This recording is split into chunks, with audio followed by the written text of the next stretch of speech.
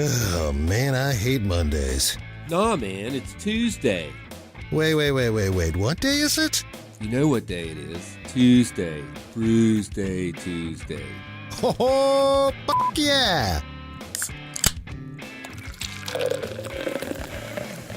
Oh, we're gonna get our hops on, It's Brewsday Tuesday with DreZ and Huck.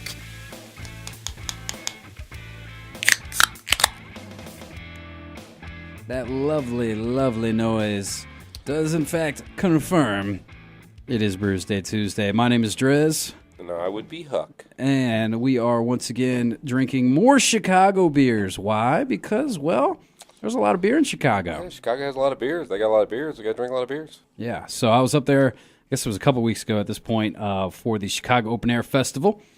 And this round, I have... you gave me this one because you knew I wouldn't know how to pronounce the brewery. DeStill Brewery, Destihl. Distal, probably. I think it's like Thistle. Distal. Either way, it's Amara. This is a mango IPA, which sounds pretty intriguing.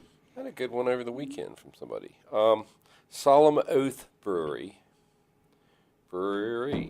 And this is a cold style ale. Premium beer, highly sessionable. Well, I'll be the judge of that, thank you. Yeah, I'm sure it's not highly huck-sessionable. It might be suck-sessionable. You'd be sucking them down, but what are you looking at? Oh, this mango jam is 7% over here. Speaking of a Huck session. Yeah, this has got it's got like Lou or something written on it, but it's got a ooh, I like that. It's got a castle and it's got a guy. It looks like the guy.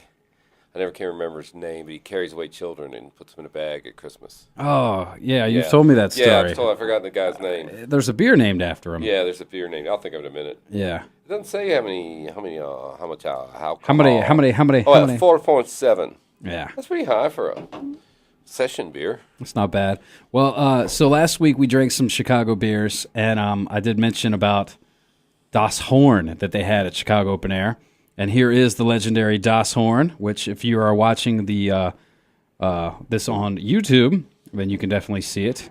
It is a pretty standard, just black horn. It's kind of nice. It says Das Horn around the label. There you go. That's one way you can use it. But Chicago Open Air on it as well. And dude, it was just kind of badass, man. It was fun going around, and you know you're at a metal show and you're cheersing people and beer spilling out of it, and it does have the strap around it, so you're not going to lose it and stuff. I ended up tying around my belt mainly, and it came with this nice little stand too, because obviously you can't really. That was what was the biggest pain in the ass, was like if you wanted to sit down to eat something. Yeah, what do you do with your beer? Yeah, you could wear it around your neck, but if it's full, it was a little bit of a hassle, but it's worth it, man. It's Das Horn, dude. I mean, that's badass. Seems robust. It's plastic. It's not going to break. Yeah, it was good to go. Yeah. And the main reason they had this was because of that band Amon Amarth, which is a Swedish, I want to say, like Viking band, and so that's kind of like their shtick is they're drinking out of horns and being all old school. That's the one somebody told me I should suggest to you that you already knew. Yeah, it's badass, awesome stuff. Really cool. Bad butt beer. So yeah, the horn thing. I've seen them. The Viking. They do like it. A lot of the Celtic festivals. Yes, people drink out of horns. Yeah, it's bad. It's a sweet ass thing to drink out of, and I actually did see a couple like legit ones there.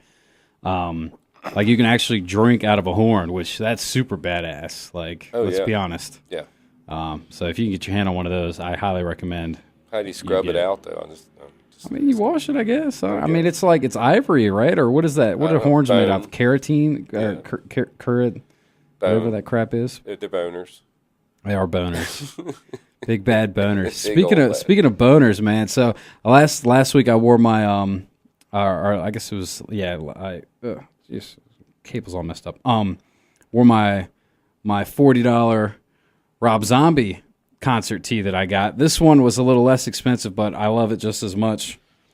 Steel Panther. Yes, this is a sweet ass Steel Panther shirt. Everything on a unicorn, a rainbow. Well, doesn't seem like a Steel Panther. Well, yeah, that's what's awesome. Do you know about Steel Panther? Have you ever heard of Steel Panther? All right, dude.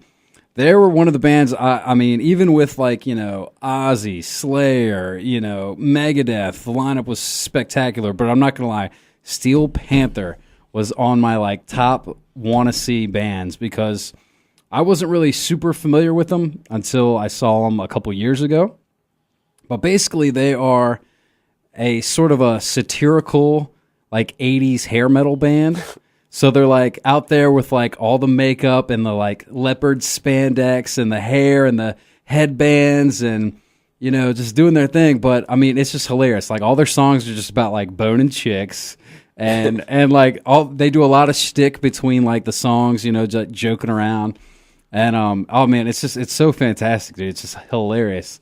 I remember one of the things they were saying, just like they were like, how many out there, you know, brought their girlfriends to the show today? And then like people cheer and they're like, what the hell's wrong with you, dude?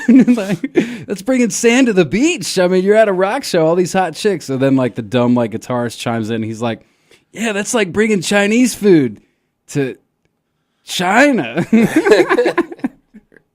But they have a lot of great songs that are just, I mean, it's just hilarious, dude. If you could ever see Steel Panther live, highly recommend it, man. That's at the top of my list. Top of the list. Yeah, and if you like boobs, you're guaranteed to see boobs at a Steel Panther show. They literally brought just like a ton of hot chicks onto the stage, and well, you can imagine. I took the most Facebook friendly one I could and posted it on the social media, but most of them I could not post. Let's just put it that way. Mercy. Sounds like, well, you know, I went to see Jimmy Thackeray, blues guy, and they, you know, 40-year-old women are throwing their bras up there. That's hot. They're pretty big bras, too. Hitting the stage with the They're throwing up the G cups. Yeah, the big boys.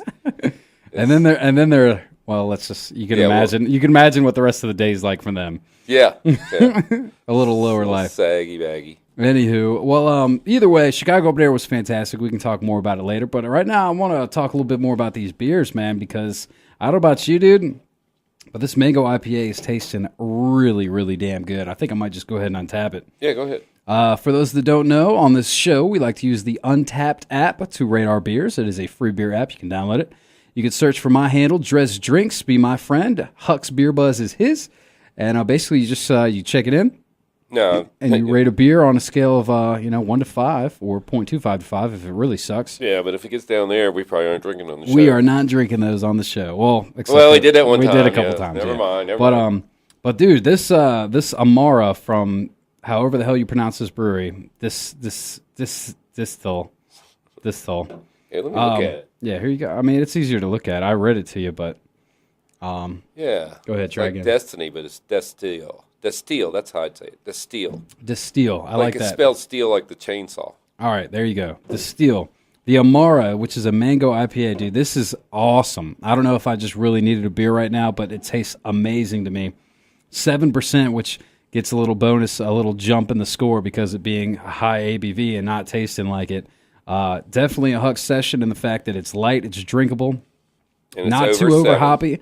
You got a little bit of that, citrus flavor, which makes it nice to drink. You know, that mango in there. It's kind of fruity, kind of delicious. This is an easy 4.5, man. This is a great beer. There you go. Well, I'm all over this Saison, which is one of my favorite beers. And Solemn Oath Brewery, Solemn Oath, I'm a man of honor. So anybody that takes solemnly oath, square. Yeah, that means you're serious about things. And it has Krampus on it. Krampus, that's it. Thank you. He will steal your children if they're bad at Christmas, put them in a cage, and perhaps eat them later. I don't know. Yeah. It's a thing in Sweden, I think. So this is a good beer. It's, very light.